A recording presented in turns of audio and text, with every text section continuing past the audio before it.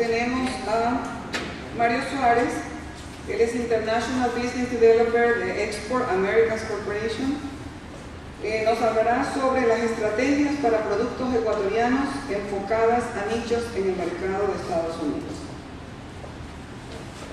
Mario Suárez es consultor calificado en mercadeo y ventas internacionales con 25 años de experiencia en investigación de mercados, diseño e implementación de proyectos comerciales en los mercados de Estados Unidos y Latinoamérica, en diversos segmentos de productos, entre los cuales se destaca calzado, confección, accesorios de moda, alimentos procesados, servicios profesionales, materiales de construcción, etc. Él está en Export Americas Corporation, presidente desde 1999 hasta el presente.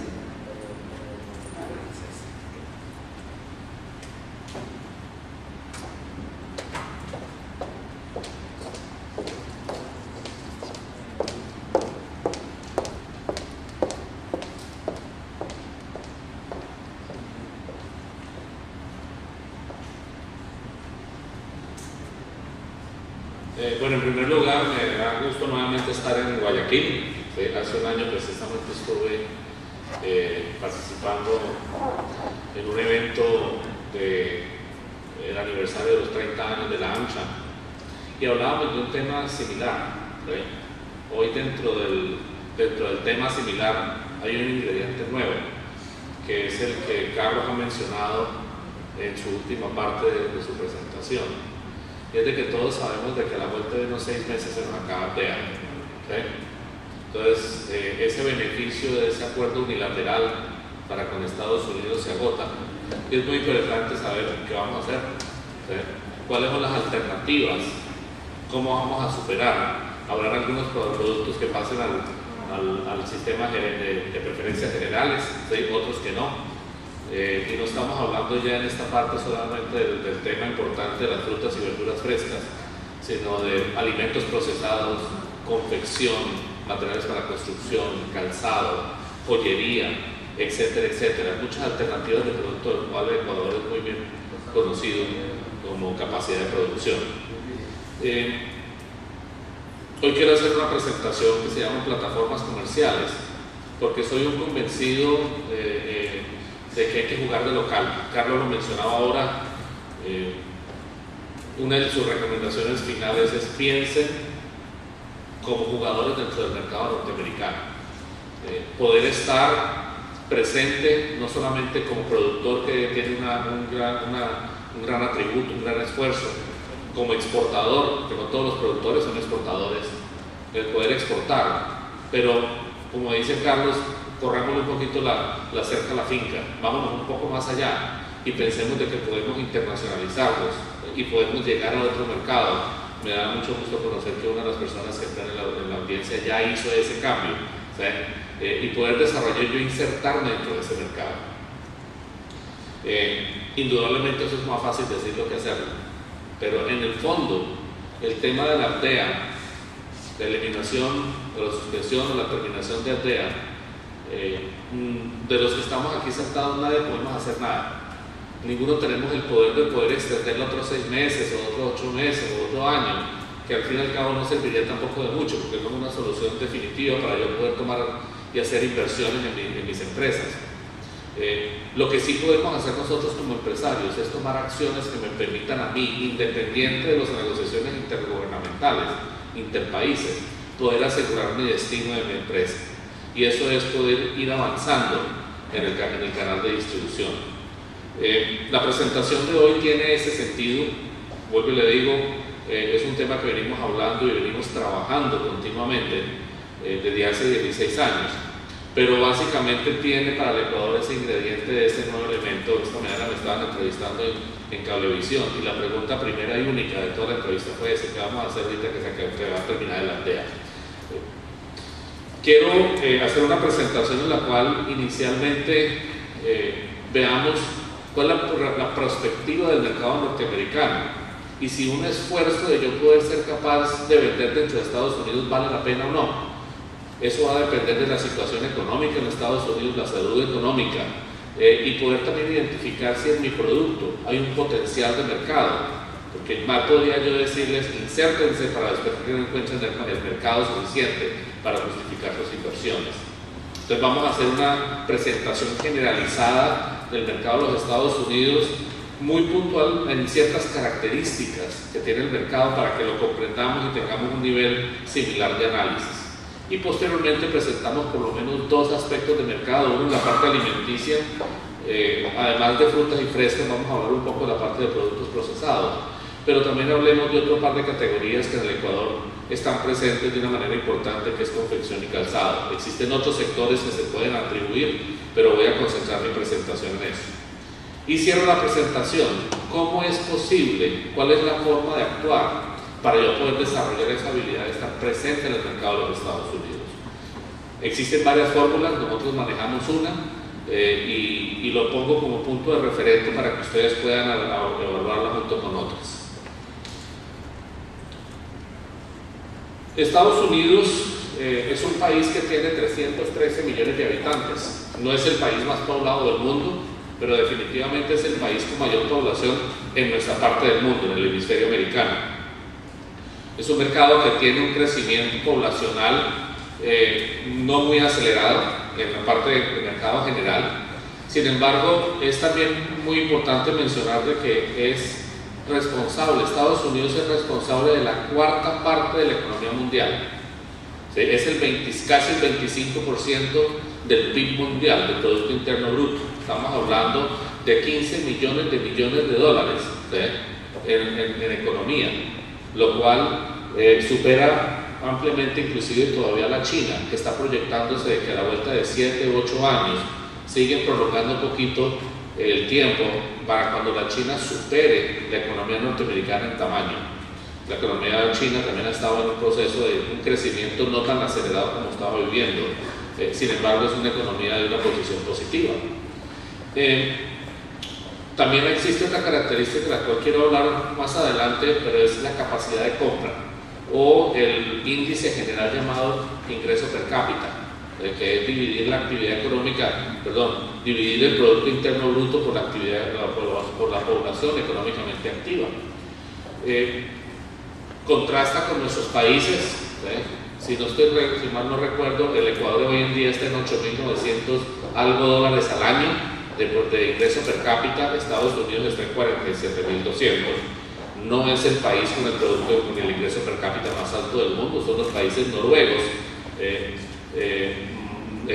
nórdicos, pero tiene una posición importante dentro del mercado.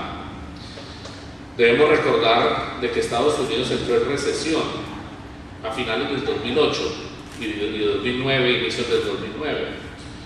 ¿Cuál es la situación actual? Lo estoy invitando de que se internacionalicen y nos insertemos en el mercado. Hombre, debe valer la pena, si no, ¿para qué nos metemos en ese camino? La historia económica de Estados Unidos desde ese momento de la recesión, que fue en el último trimestre del 2008, cuando hubo el debacle en la Bolsa de Valores de Nueva York, incentivó un decrecimiento de la economía a un nivel del 5.4% al cierre de ese año, lo cual se acentuó aún más en el primer trimestre del 2009. Ustedes recordarán, hubo un cambio de administración presidencial en los Estados Unidos, vinieron unos programas de incentivo de salvamento del sector automotriz, el salvamento del sector financiero, y también hubo beneficios o contribuciones al consumidor en general en los Estados Unidos.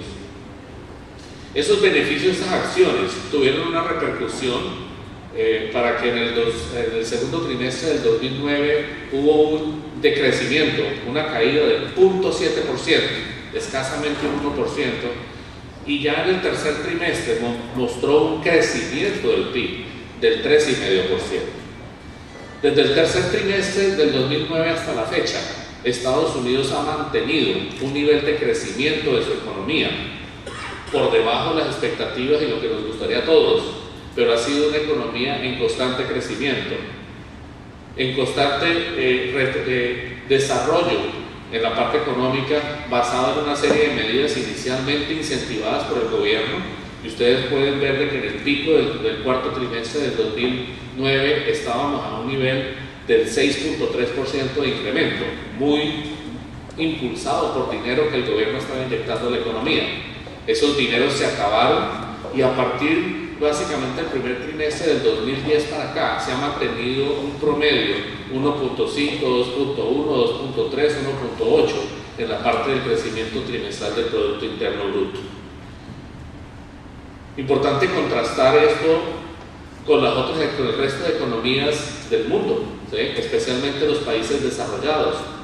Ustedes recordarán el desastre natural que tuvo Japón, los afectó muchísimo más dentro de una economía que ya venía en un proceso muy lento de crecimiento.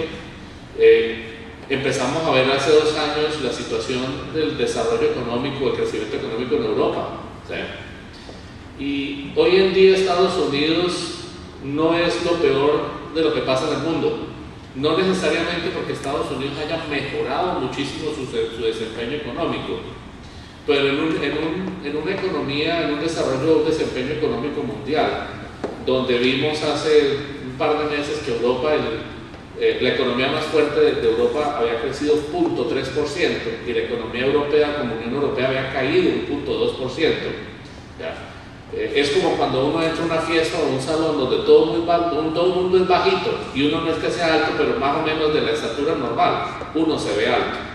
Eso está pasando en Estados Unidos, de que aun cuando como la economía a nivel mundial no está tan bien, cuando yo tengo una economía que está generando un 1.5 de crecimiento, vuelve a ser el centro de atracción de las inversiones del mundo, porque es la mejor opción dentro de todo lo que está pasando. Hay un efecto y Estados Unidos nuevamente ha estado recuperando y por eso el desempeño de las bolsas de valores, ¿sí? Un auge de ser el sitio más seguro dentro de los países más desarrollados para la parte económica. Entonces, si bien es cierto, Estados Unidos requiere unos ajustes estructurales dentro de su economía, su desempeño es positivo y permanente, que puede y se espera que pueda crecer a unos niveles superiores. El Fondo Monetario Internacional proyecta de que este año debe cerrar en 2.9 y el año entrante en 2.7% el incremento del PIB norteamericano.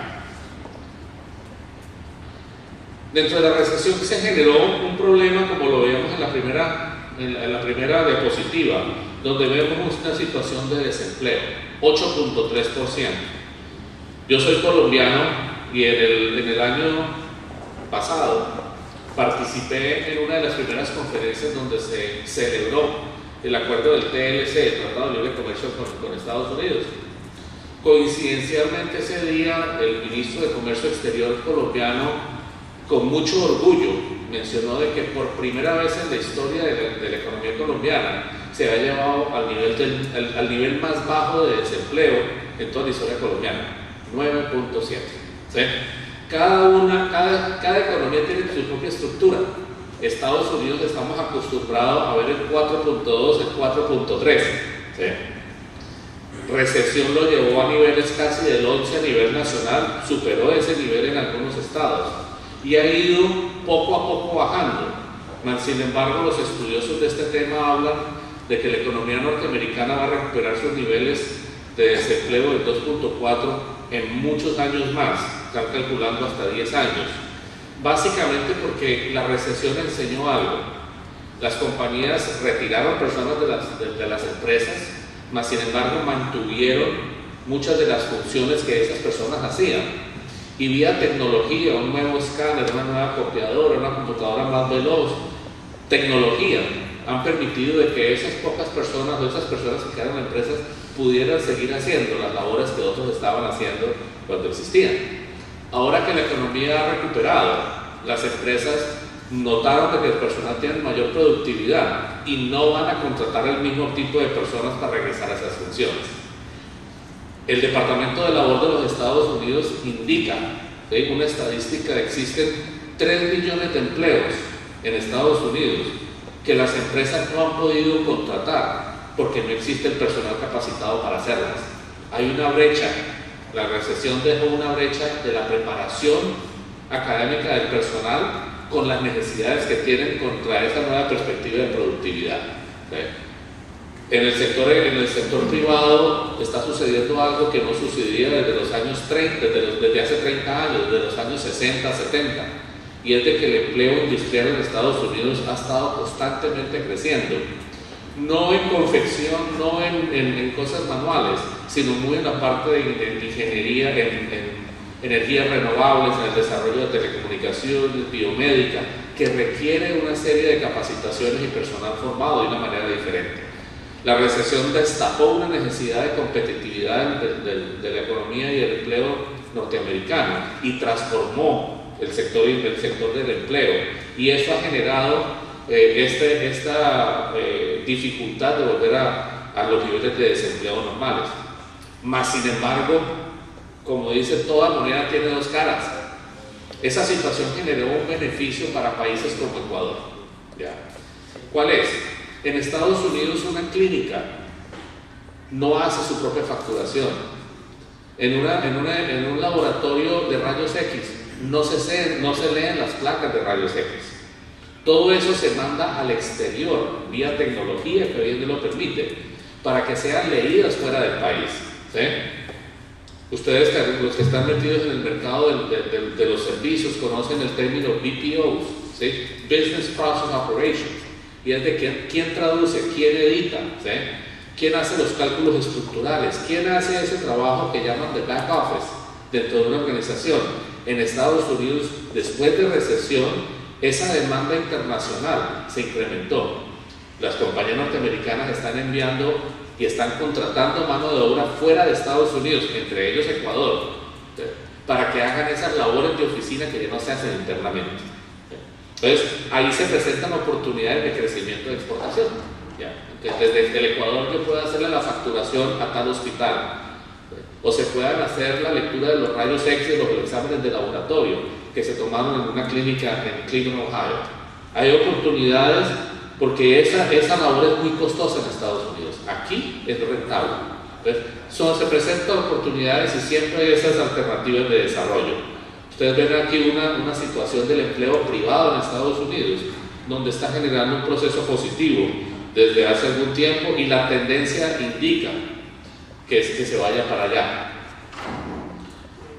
En el último año y medio, el principal fuente de desempleo en Estados Unidos ha sido cargos públicos.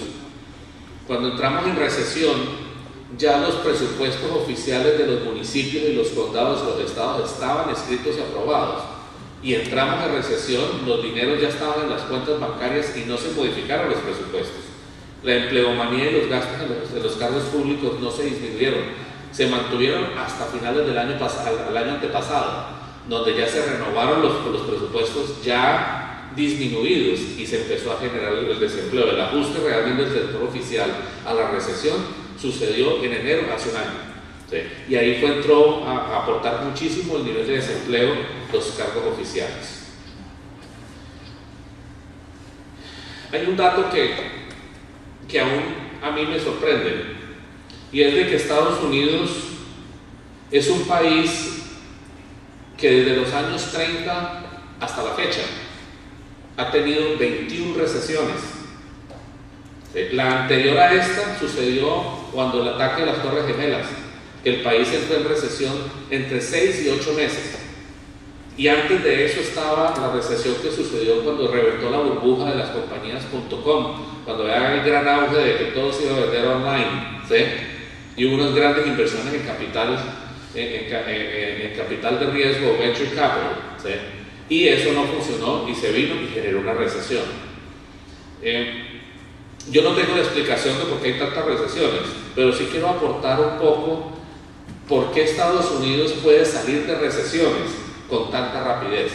¿Ya? Porque realmente salir de una recesión como la que acabamos de pasar, que entró en el 2008 y en el segundo trimestre del 2010 estaba declarada como terminada, porque tienen que pasar 2 trimestres en positivo para poder ser ratificada la salida o la entrada a la recesión. Pueden haber muchas razones, pero una de ellas es la estructura de la economía norteamericana.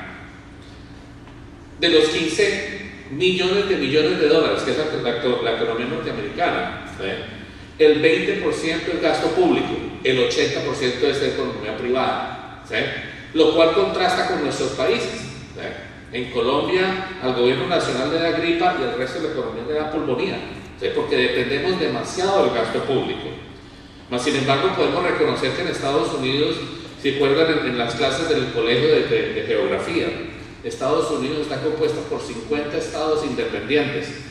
Tan independientes son que cada uno tiene su Corte Suprema de Justicia, cada uno tiene su Congreso, cada uno tiene su poder ejecutivo y su cuerpo policial y aporta a un ejército federal. ¿Ya? Y cada estado está subdividido en condados y cada condado está subdividido en municipios. Y cada condado tiene su alcalde y cada municipio tiene su alcalde con su respectivo cuerpo operacional. Yo vivo en la Florida, que es uno de los 50 estados, y existen 67 condados. Yo vivo en el condado Miami-Dade, y el condado Miami-Dade tiene 37 municipios. Entonces es un aparato muy pesado oficial, con guerra y media todavía peleando y con unos salvamentos que todavía de industrias que se están pagando. Con todo eso solamente representa el 20% de la economía nacional. ¿Ya? Se tilda de que Estados Unidos es una economía salvaje, ¿sí? Definitivamente allá el sector privado domina, hace y deshace, y se lo pasan de administración republicana con administración demócrata, tratando de manejar y controlar un poco esa economía salvaje. Mas, sin embargo, siempre es una economía neoliberal, como lo llaman elegantemente cuando están hablando de salvajismo económico. Pero tiene sus ventajas, eso le permite recuperarse. Les doy un ejemplo gráfico. A principios del 2008, cuando estaba todavía el presidente Bush, dijo, a lo mejor entramos en recesión, voy a tomar medidas para amortiguar la situación. Y entre las medidas varias que tomó, sacó algo que se llama el crédito tributario para los contribuyentes personales, que quiere decir de que los que pagamos impuestos nos iban a devolver un dinero al gobierno, ¿sí? Como un crédito tributario. No es descuento de su propia declaración de renta, no, le mandan un cheque a su casa para que usted vaya y lo consigne en su cuenta bancaria y pueda girar sobre él, pueda gastar sobre él. En el caso de, más o menos estaban dando entre 550, 580, $600 por persona.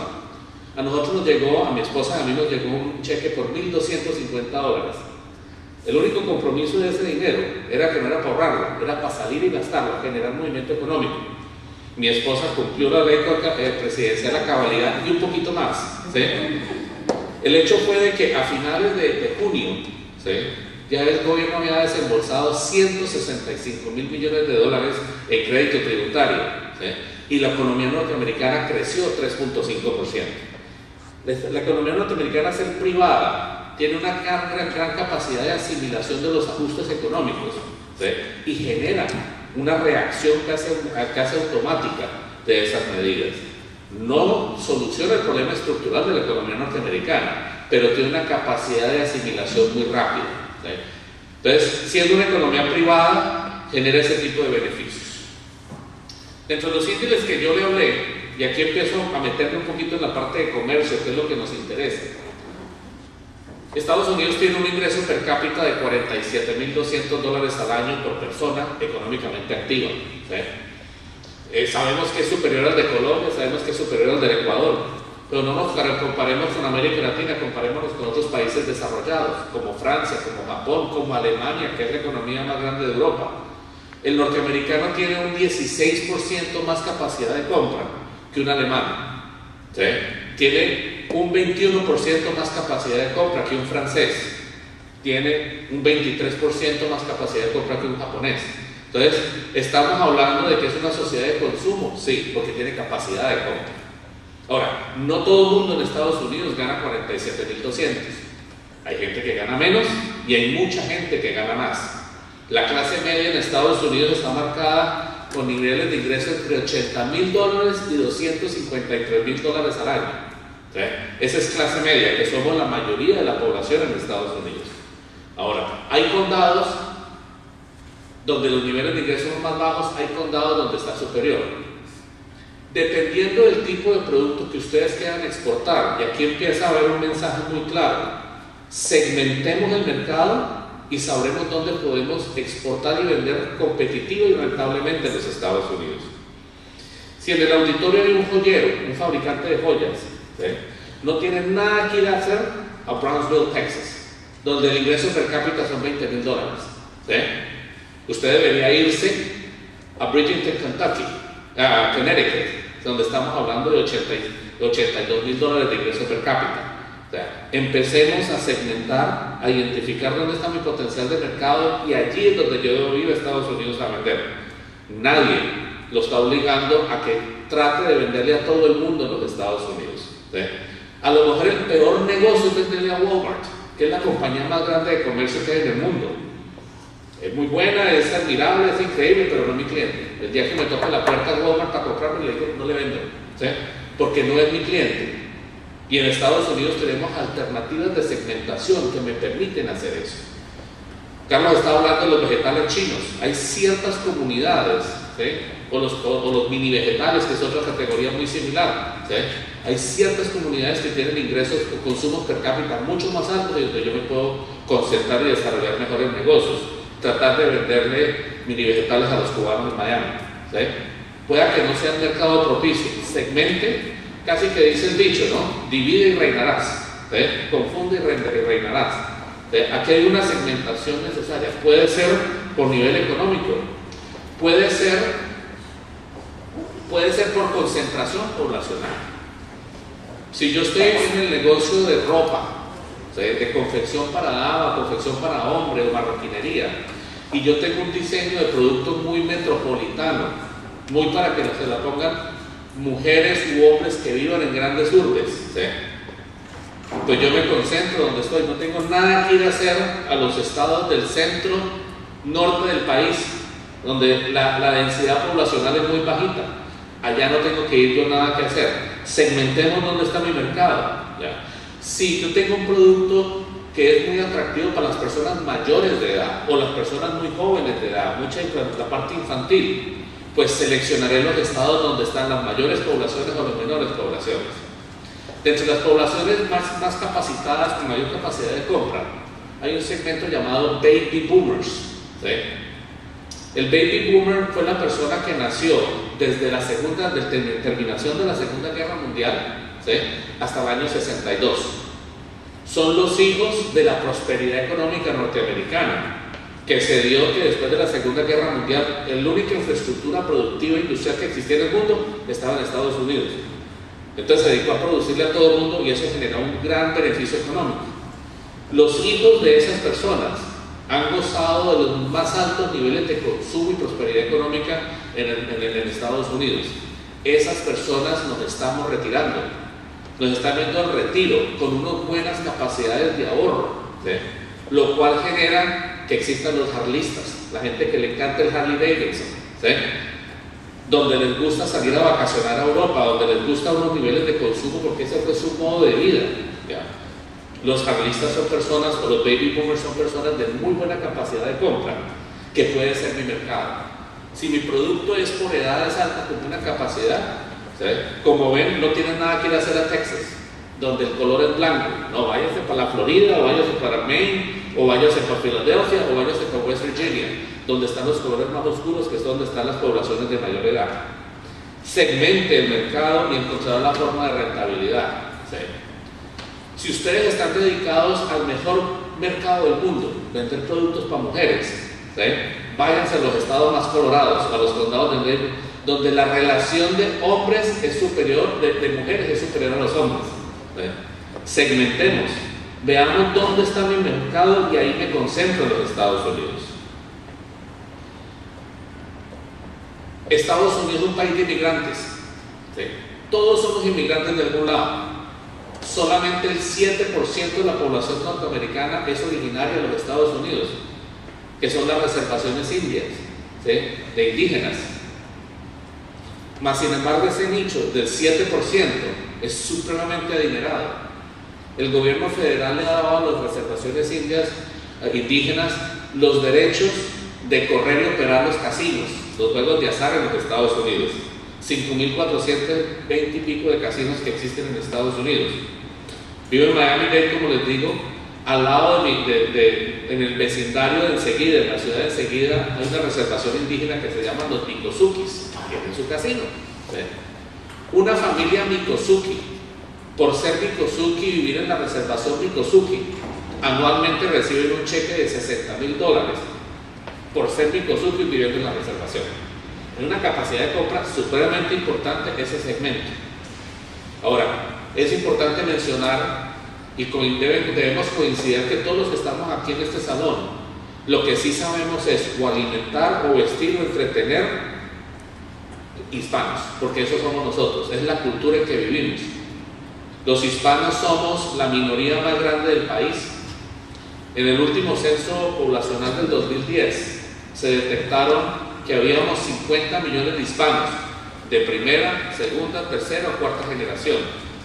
Donde seamos de cuarta generación todavía mantenemos el gusto por la música, el gusto por la comida, ¿sí? Pueda que muchos hispanos de cuarta generación ya no hablan inglés, que ya no hablan español, ¿sí? Pero siguen teniendo cultura hispana, ¿sí? Eso es un potencial muy grande y puede ser mi playa de entrada, puede ser mi primer mercado de entrada, porque ese sí lo sé hacer, para después brincar a la comunidad alemana o judía ortodoxa para vender productos kosher, etcétera, etcétera. Pueden haber otras alternativas, pero yo también puedo segmentar por etnicidad. Es más, la población, como lo vamos a ver más adelante, latina, seguirá creciendo. Otra característica muy peculiar del mercado de los Estados Unidos es de que, si bien es cierto, no es el país más poblado del mundo, sí tiene una dispersión de la demanda muy amplia. ¿Qué quiere decir esto? Existen áreas metropolitanas muy grandes que conocemos: New York, Los Ángeles, Dallas, Miami, ¿sí? Áreas metropolitanas grandes. Mas, sin embargo, desde el punto de vista comercial hay un reto muy grande. En Estados Unidos existen más de 825 ciudades con más de 50.000 habitantes, ¿sí? Acuérdense, 47.200 en promedio en el bolsillo para gastar, ¿ya? Yo les apuesto y les aseguro de que en esas 825 ciudades usted encuentra una tienda Walmart y al ladito una tienda Kmart. Una tienda Walmart, para ser económicamente viable, tiene que vender 1.5 millones de dólares diarios para hacer buen negocio. Cualquier pueblo de esos es buen negocio, es buen mercado. Ahora, ¿cómo hago yo para llegar a visitar mis clientes en 825 ciudades? A no ser que Superman esté en el auditorio, ni forma, ¿sí? Eso genera un problema, un reto comercial muy grande, no solamente para el vendedor, sino para el comprador. Un comprador no puede estar seguro que lo van a visitar por esta dispersión. Quizás Coca-Cola o Pepsi-Cola será capaz de llegar a sus clientes en 825 ciudades. Esto ha generado la cultura de las ferias de exposiciones. Hay unas 320 exposiciones al año en Estados Unidos, especializadas por tipo de producto, con cobertura nacional o regional. Entonces, dependiendo de mis decisiones anteriores de cómo segmento el mercado, por qué territorio entro, qué tipo de cliente me interesa vender vestidos para dama entre 10 y 40 dólares, o me interesa vender vestidos para dama entre 50 y 200 dólares, o vender vestidos de $1,000 para arriba. Dependiendo de esa decisión, busque su feria de exposición, porque las hay especializadas en ese campo. Si solamente voy a trabajar productos orgánicos, hay unas ferias alimenticias orgánicas muy especializadas, regionales y nacionales. Son en las ferias nacionales donde confluyen los compradores con los exportadores, y en 3-4 días genera usted un tráfico y una necesidad, una disponibilidad de contactos muy importante, que le permite de feria en feria ir a visitar los clientes, ¿sí?, que requieren de que usted los visite.